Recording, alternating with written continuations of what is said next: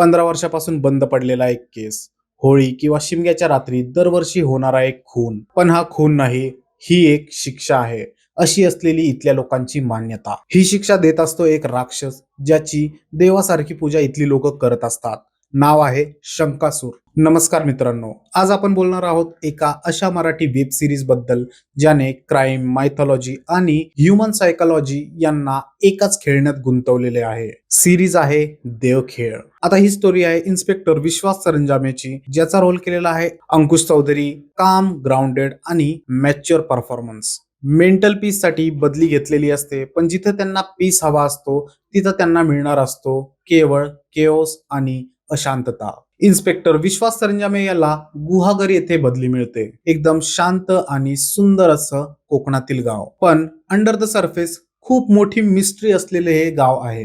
तिथे त्यांच्या हातात येतो देवतली गावातील एक केस, असा केस जो 15 वर्षापासून बंद पडलेला आहे. होळी किंवा शिमग्याच्या काळात येथे मोठा देवखेळाचा उत्सव केला जातो आणि यामध्ये पोलिसांच्या बंदोबस्ताला सक्त मनाई असते. आणि एक्झॅक्टली त्याच वेळेस इथे दरवर्षी एक होत असतो. गावामधील लोकांची मान्यता असते की हा खून नाहीये, ही देवाची करणी आहे, देवाचा न्याय आहे, देवाने दिलेली शिक्षा आहे. दरवर्षी शिमग्याच्या वेळी एक पापी माणूस मरत असतो. सर्वांना माहिती असतं की हे कोण करत असतो. शंकासूर, पाप करणाऱ्यांना शिक्षा देणारा राक्षस. नदी, तलाव, विहिरीतून बाहेर येणारं तरंगत असलेलं प्रेत हा पुरावा असतो की आपल्या देवाने न्याय केलेला आहे. तुम्हाला काय वाटतं, ही खरंच दैवी करणी आहे की प्लॅन्ड सिरियल किलिंग आहे? कारण हाच प्रश्न इन्स्पेक्टर विश्वास सरंजामे याला देखील पडलेला असतो. Series through out the episode smart games खेळत असते. आधी शंकासुराची पूजा का केली जाते हे एक्सप्लेन केलं जातं, आणि मग हाच शंकासूर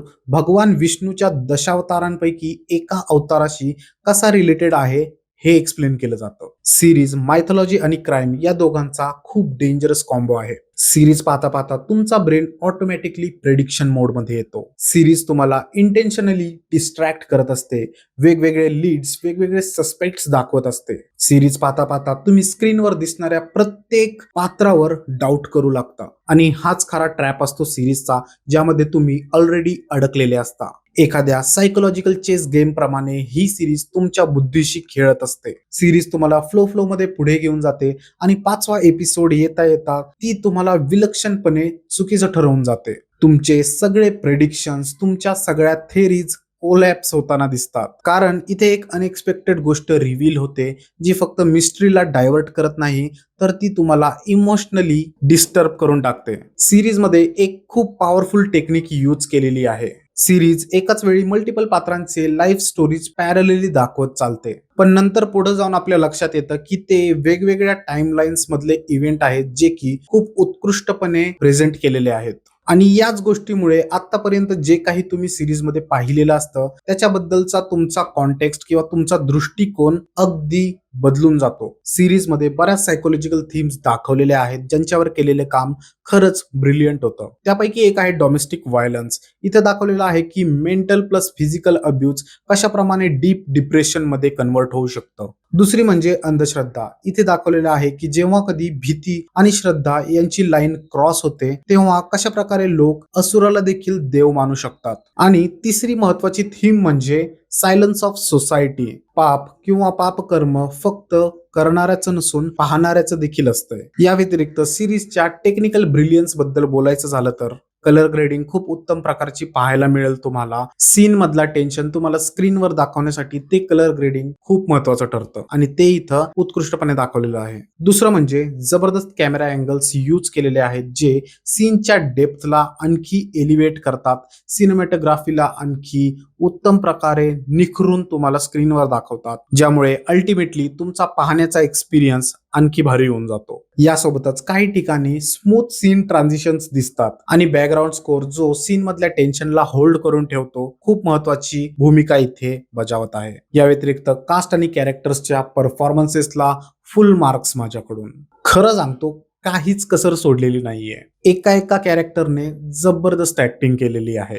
इनफॅक्ट इतकी रिअल ऍक्टिंग केलेली आहे ना, की थ्रू आउट द सिरीज तुम्हाला असं वाटतं की तुम्ही देखील त्या सिरीजचा पार्ट आहात, तुम्ही देखील तिथं त्या लोकांमध्ये प्रेझेंट आहात आणि हे सगळं काही तुमच्या सभोवताली घडत आहे. त्यातल्या त्यात स्पेशली मी मेन्शन करेल अंकुश चौधरी यांना. खरंच यार, कमबॅक गॅरंटीड आहे. इतकी कंट्रोल्ड आणि इंटेन्स परफॉर्मन्स दिलेली आहे ना इथं. खूप सिरियस परफॉर्मन्स दिलेली आहे. एकदम बेस्ट.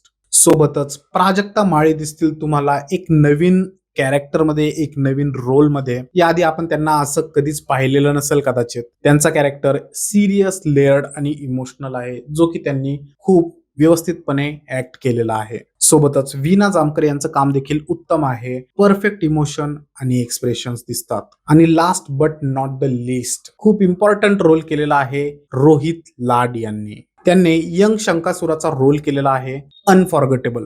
खरंच तुमच्या डोक्यातून हा कॅरेक्टर जाणारच नाहीये. मी लिहून देतो, हा कॅरेक्टर सिरीजचा कोर आहे आणि खूप इम्पॉर्टंट आहे. एकंदरीतपणे मी तर म्हणेन की कास्टिंग 100% परफेक्ट जमलेलं आहे इथं. देवखेळ या वेब सिरीजने स्पष्टपणे सिद्ध केलेलं आहे की मराठी इंडस्ट्री देखील top tier suspense thriller deliver करू शकते आणि याचं श्रेय जाणार आहे डायरेक्टर चंद्रकांत गायकवाड यांना. बाकी सिरीज मला मंगलवारम या मूवीशी थोडीशी इन्स्पायर्ड वाटली. इव्हन दोघांचा बॅकग्राऊंड स्कोर देखील मॅच करत होता. बट त्याचा इतका काही विषय नाहीये. मला नाही वाटत आपल्या मराठी ऑडियन्सने मंगलवारम मूवी कधी पाहिला देखील असेल. देवखेळ फक्त एक मर्डर मिस्ट्री नाहीये, तो एक प्रश्न आहे. पाप कुणी केलं, शिक्षा कुणी दिली आणि राक्षस खरंच होता का, की राक्षस म्हणजे केवळ माणसाच्या गिल्टचं रिफ्लेक्शन होता. तुम्ही देखील ही सिरीज पहा आणि तुमचा आन्सर मला कमेंटमध्ये द्या. मराठी झी5 वर ही सिरीज अवेलेबल आहे. 7 एपिसोड्स आहेत. प्रत्येक एपिसोड जवळपास 22 ते 25 मिनिट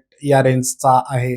जवळपास 2.5 तासामध्ये तुम्ही संपूर्ण सिरीज पाहून कंप्लीट करू शकता. नक्की पहा. असं कंटेंट मराठीमध्ये बार बार येत नाही आणि म्हणावं लागेल मराठी इंडस्ट्रीचं रिसेंट काम खूप भारी होत चाललेलं आहे खरंच. आणि जर का तुम्हाला डीप सायकोलॉजिकल थ्रिलर्स आवडत असतील तर ही सिरीज तुमच्यासाठी ट्रीट आहे. बाकी माझा व्हिडिओ तुम्हाला आवडला असेलच अशी आशा करतो. फक्त कन्फर्मेशनसाठी एक लाईक द्या.